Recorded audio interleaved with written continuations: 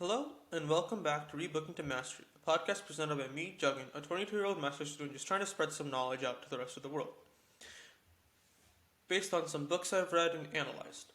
The current book I am reading or analyzing is Stillness is the Key, a book by Ryan Holiday that delves into the idea of the peace and calm of stillness that can be achieved from the philosophy of Stoicism. And this is the final part of the mind, which focuses on one key concept of letting go.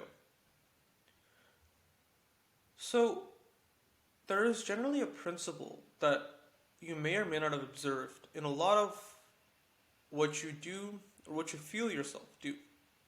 For a lot of things, you intensely focus and put so much effort into, and you worry so much about and think so much about, we find ourselves staring that down so much we don't notice as many returns as we would like. When we grip something so tightly, we usually notice that there isn't much of what we look for in terms of results in there. Stillness, in a sense, focuses on this idea of detachment from a lot of things. Because, quite ironically, something that seems contrary to the way we think is that looseness tends to give us more control over what we're doing than gripping it tightly. Mastery as a concept, which is the title of this podcast, is in of itself a rigid concept. We like to think that mastery is this end goal where there's going to be no thoughts whatsoever of negativity, we're going to be in perfect physical condition, and we're going to know everything about everyone. We think that's mastery. But that in of itself is not mastery. That's just the rigidity of a label of a word we like to give some meaning to. Mastering our mental domain requires us to not embrace the destination, but the process itself. So, one of my favorite 3 set of words is journey before destination.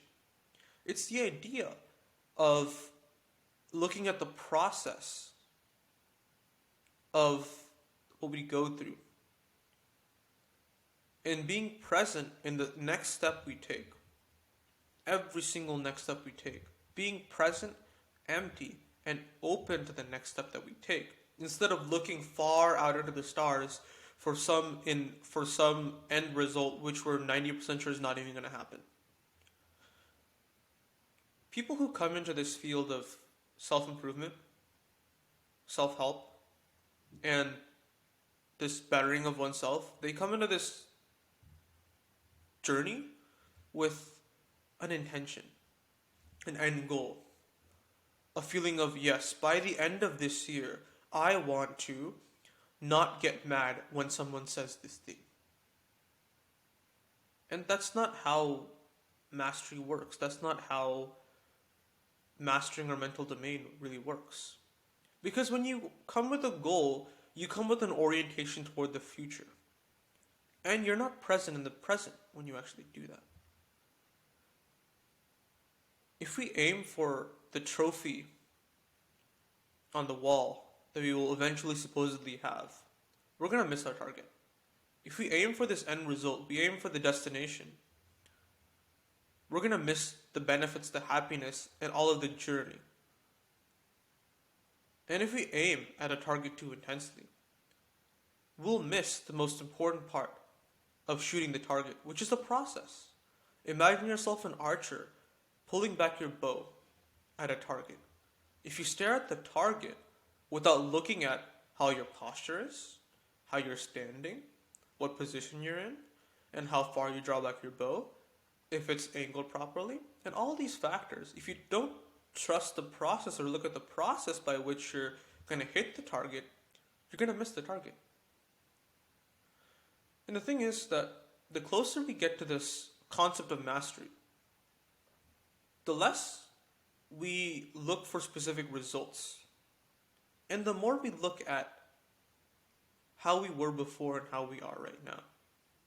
And the less we tolerate this ego and insecurity that plagues a lot of our minds.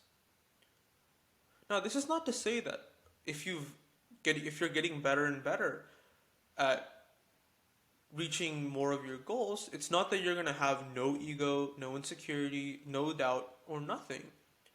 Because you really never rise above your demons. You know what I mean? You really never get rid of your demons. You just rise above them. They never really disappear. They're always in your head. But you just learn to rise above them. And the whole concept of letting go is just acceptance. Acceptance of the process and trusting in the process, not the destination. Because the destination will never be what you visualize it to be. The destination will always be different. There's so much in this world we cannot control. And trying to project your destination and staking our identity on said destination is going to cause us not only to forget the journey that we went through to reach our own destination, but it'll make us feel disappointed when we don't reach exactly what we wanted. At our core, we're irrational human beings. We make promises that we break. We speak lies that we know are not true. And we make goals that are simply just overstretching. While it's good to set goals, good to set ideologies, good to set a place you can find yourself in the future, more important is not the final step you have to take, but rather the next step. Because that's what matters in the long run. Not the final step you took to reach the top of the ladder, but each step you took on each rung of the ladder. Thank you so much for listening. And if you'd like to hear more content, drop me a follow on @RebootingToMastery on TikTok and Instagram. And see you guys next time, where I will begin to analyze another personal favorite book of mine called Grit, The Power of Passion and Perseverance. Thank you so much for listening, and see you guys next time.